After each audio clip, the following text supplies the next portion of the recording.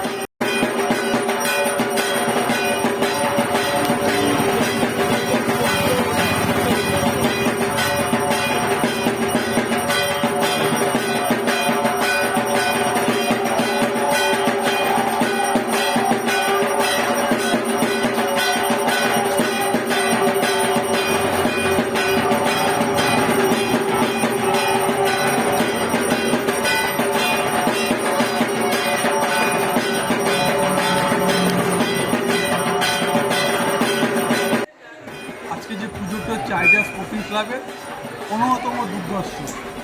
এই উৎসব এমন একটা সময় হয়েছিল যে একটা এলাকাটা হচ্ছে একদম অন্ধকারের মধ্যে ছিল।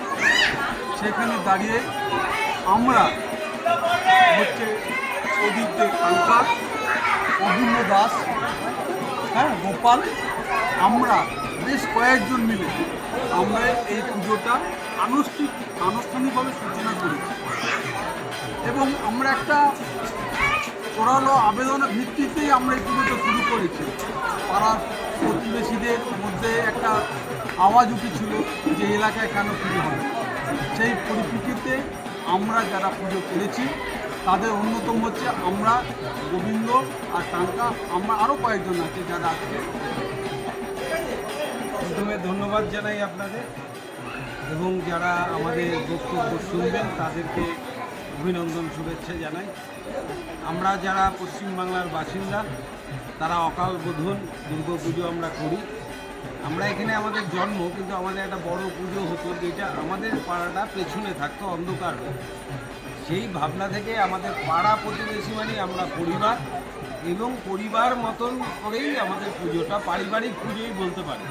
এই পাড়ার পারিবারিক পুজো, সেই পুজো ছোট হলেও তার মধ্যে আন্তরিকতা, ভালোবাসা, একসাথে খাওয়া দাওয়া সবটা আমরা এই শুরু করে উৎসবের রূপ নেওয়া। আজকের দিনে আমরা বেশ কয়েক বছর ধরে রাখি বন্ধনের উৎসবের মধ্য দিয়ে এই খুঁটি পুজো দিয়ে শুরু করা হয় এবং আমাদের উৎসবের সূচনা হয়। এটা আমাদের 15তম সার্বজনীন দুর্গোৎসব। এই দুর্গোৎসবটা শুরু করতে আমাদের প্রথম যখন শুরু করি আমাদের বেশ কয়েক বছর অপেক্ষা করতে হয়েছিল শুরু করার জন্য, কারণ সেই রকম পরিবেশ আমাদের এখানে ছিল না। সেই পরিবেশটাকে সৃষ্টি করতে আমাদের কালঘাম ছুটে গেছে। যাই হোক, আমরা সেই পুজো শুরু করে এখন আমরা 15তম বর্ষে আমরা করেছি এবং আমাদের এই পুজোটা সত্যিই এটা একটা আমাদের অঞ্চলে একটা পারিবারিক পুজো। এটা সবারই পারিবারিক পুজো বলে আমরা মনে করি এবং সবাই সেইভাবেই এখানে যোগদান করে।